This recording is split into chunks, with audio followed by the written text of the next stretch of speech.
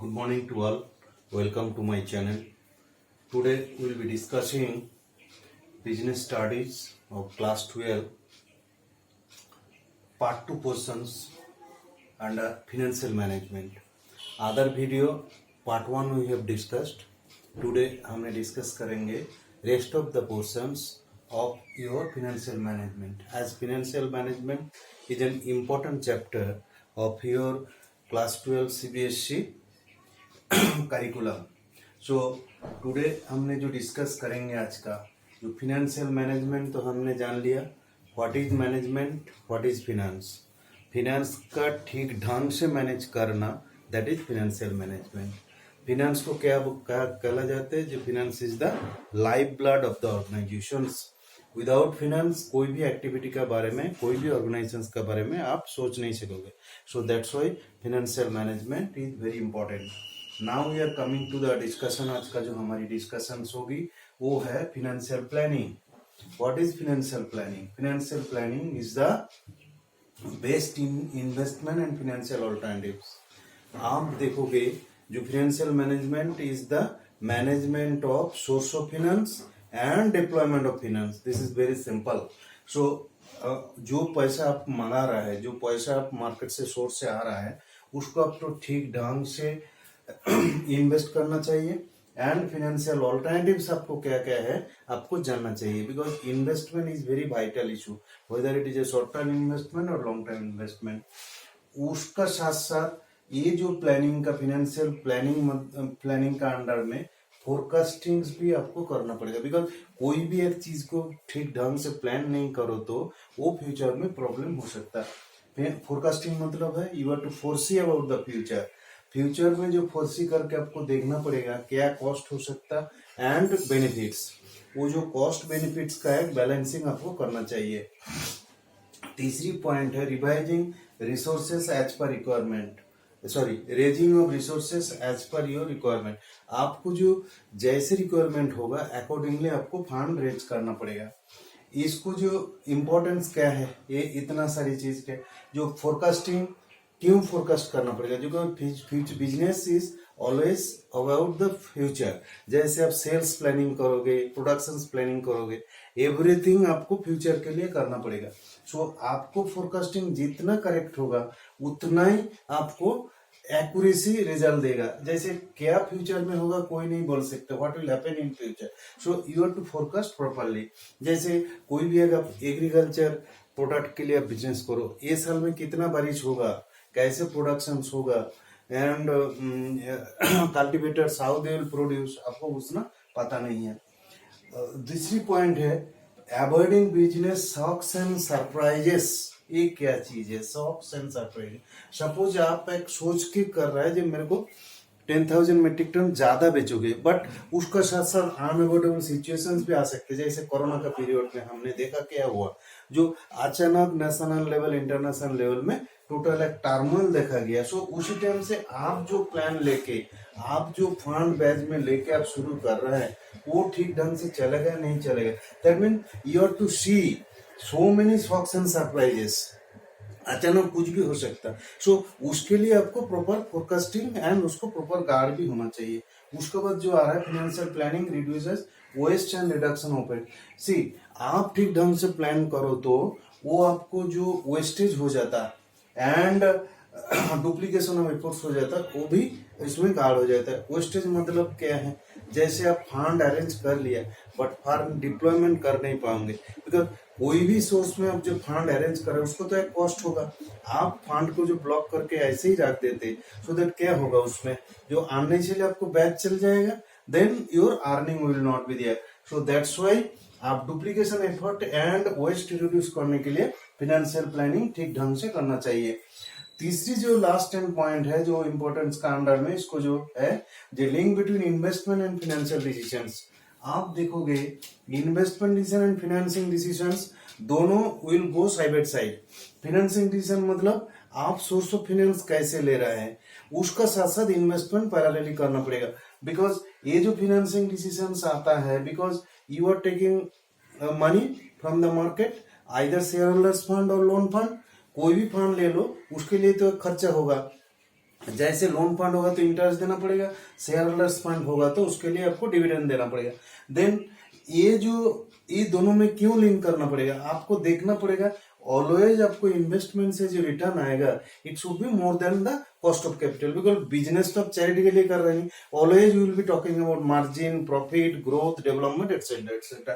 So that's why वो आपको ये जो दोनों इन्वेस्टमेंट एवं फिनेंस डिसीजन के साथ एक मेल बंधन जिसको लिंक बोलता है उसको हम लोग को करना चाहिए। नाउ एक इंपॉर्टेंट पॉइंट हमने डिस्कस करेंगे वो है कैपिटल स्ट्रक्चर। कैपिटल स्ट्रक्चर क्या है प्रैक्टिकली? कैपिटल स्ट्रक्चर है जो composition of your capital. Business में कैपिटल टोटल जो बुके ऑफ कैपिटल होता है वो है own capital, loan capital, internal capital. Own capital मतलब है capital given by the proprietors, promoters, shareholders like this, and loan capital is the loan from different sources, either bank loan or preference share selling, all those things your loan capital, and internal capital your that reserves, so accumulated profit for all the years. So all तीनों मिला के your total is the capital structure. So capital structure में mainly हमने बात करेंगे जो own capital, वो तो रिजर्व्स तो ओन कैपिटल का पार्ट में ही जाएगा, आपको आपका जो इंटरनल जो प्रॉफिट जनरेशन हो जाता। नाउ आपको देखना पड़ेगा जो ये वेरी वाइटल चीज है, आपको जो कैपिटल स्ट्रक्चर, कैपिटल जो बना रहा है आपको ब्लॉक, उसमें डेट कितना होगा, इक्विटी कितना होगा, वेरी वाइटल। बिकॉज ऑलवेज आप डिपेंड करो तो डेट वो एक बिजनेस के लिए एक रिस्की पॉइंट हो जाता है। बिकॉज जितनी इक्विटी रहेगा कोई अनफोर्सिन सिचुएशंस के लिए equity will be the better. Then आपको देखना पड़ेगा जो रिटर्न ऑन इन्वेस्टमेंट आप कैसे कैलकुलेट करेंगे।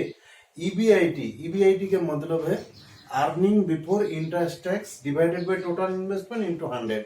सो 1% आपको निकाल जाएगा। सो इसमें आपको पता चलेगा जो आप जो इन्वेस्टमेंट कर रहे हैं उसको रिटर्न का परसेंटेज कितना है।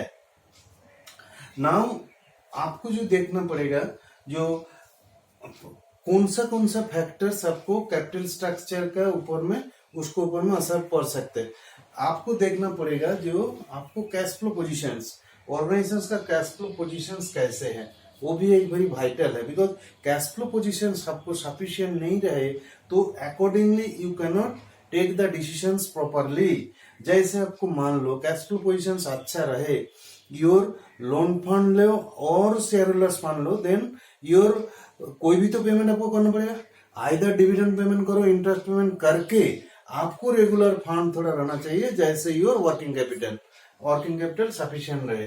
Then interest coverage ratio, ICR short form, interest coverage ratio is nothing but the IBIT and interest before earning before interest and tax by interest।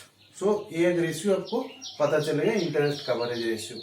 Then एक इंपॉर्टेंट डिसीजंस पॉइंट के लिए एक ratio निकालते हैं हमने, debt service coverage ratio. Debt service coverage ratio क्या क्या होता है DSCR? Profit after tax plus depreciation plus interest plus non cash expenditure divided by preference dividend plus interest plus repayment obligations. So ये जो share होता है, ये जो DSCR जो रेशियो होता है, इसका ऊपर में आपको ये करेंगे, आपको ऑर्गेनाइजेशंस का खेल जज होगा जो बेटर और higher the DSCR means better availability of cash commitments. That means DSCR ratio कोई भी एक ऑर्गेनाइजेशंस का लोन लेने का टाइम पे आपको सोचना पड़ेगा जो आपको जो फाइनेंशियल सिचुएशंस है आपको DSCR रेशियो ठीक ढंग से है, so that you will be making your commitment your interest payment. Basically this DSCR ratio काम पे लगेगा। At the same time your DSCR ratio your financier they will also will be seeing that how you will be financially healthy or your liquid availability cash commitments are how better, so that आपका जगह में your जो loan जो दे रहा है वो आपको organisations में इन्वेस्ट करेंगे। उसके बाद हमने देखेंगे जो return on investment. Return on investment वो भी एक आपको देखना पड़ेगा जो क्या रिटर्न होता है।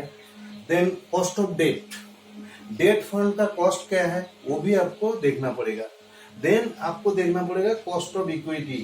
ये दोनों इंपॉर्टेंट है कैपिटल स्ट्रक्चर में, बिकॉज कैपिटल स्ट्रक्चर में देखोगे डेट वर्सेस इक्विटी, ये जो मेन कंपोजिशन है your capital structure. So cost of debt versus cost of equity, ये दोनों देख के आपको डिसाइड करना पड़ेगा कौन सा सोर्स ऑफ फाइनेंस आपको एप्रोप्रिएट चाहिए। उसका बाद आपको देखना पड़ेगा जो फ्लोटेशन कॉस्ट। फ्लोटेशन कॉस्ट मतलब आपको किसी टाइम पे न्यू शेयर जब आप बाजार में छोड़ते हैं तो उसको एक पब्लिक इश्यू जैसे हो जाता है उसी टाइम से खर्च हो जाता है। Risk consideration, debt increases financial risk. You see that always in your capital structure debt portions and your equity portions का बैलेंस होना चाहिए। डेट ज्यादा बढ़ जाएगा योर फाइनेंशियल रिस्क बढ़ जाएगा। क्यों? बिकॉज वो जो आउटसाइडर्स जो लोन है उसके लिए फिक्स्ड इंटरेस्ट देना है, whether your profit is there और not, you have to pay that fixed commitment, because your shareholders dividend distribution according to your profit management you can make the ratio, but this is the fixed this thing, so that whatever your higher side of debt increases your risk will be there always. Now question is come flexibility. Flexibility मतलब है you have to make a balance between debt and promoters contributions. तो दोनों में एक balance करना पड़ेगा, आपको flexibility होना चाहिए। देन उसको भी बाद में कंसिडर करना पड़ेगा मार्केट में टैक्स रेट क्या है, वो भी एक इम्पोर्टेंट इशू है for your capital structure decision. Then दूसरी चीज है जो रेगुलेटरी अथॉरिटी से भी जो कंट्रोल करते हैं शेयर मार्केट को, उसको भी रेगुलेटरी अथॉरिटी फ्रेमवर्क का सिचुएशन भी आपको जानना पड़ेगा। And stock market control, stock market का सिचुएशंस क्या है वो भी टोटल सिचुएशंस आपको देखना पड़ेगा। ये सारी चीज देख के आपको capital structure of your organisation decide करना पड़ेगा, बिकॉज एक कैपिटल स्ट्रक्चर का ऊपर में आप जितना इन्वेस्टमेंट करोगे, be it your long term investment और शॉर्ट टर्म इन्वेस्टमेंट, पहले तो सोर्स ऑफ फंड तो प्रॉपर होना चाहिए। If it is source of fund is proper then your investment accordingly will make it that thing, because इधर जितना cost आएगा मेरा जो रिटर्न ऑन इन्वेस्टमेंट होगा वो थोड़ा उसमें मार्जिन दैट अंतर कितना है that will be my the deciding factor. आज के लिए हमने हमारा बिजनेस स्टडीज का जो है फाइनेंशियल मैनेजमेंट ये चैप्टर एटलीस्ट हमने क्लोज कर रहा। सो ये आज को डिस्कशंस आपको अच्छा लगे देन बहुत सारी आप लाइक करो, शेयर करो एंड माय चैनल को सब्सक्राइब करते रहो, सो दैट फ्यूचर में जितनी सारी वीडियोज आएगी, अभी 12th का आपको फरवरी में बोर्ड का एग्जाम आ रहा है, so that whatever new videos will come, revisions, answer writing technique and your other जो case studies all related issues will come. So आज के लिए हमने इतना कर रहा हूँ। We are ending this video. Have a good day.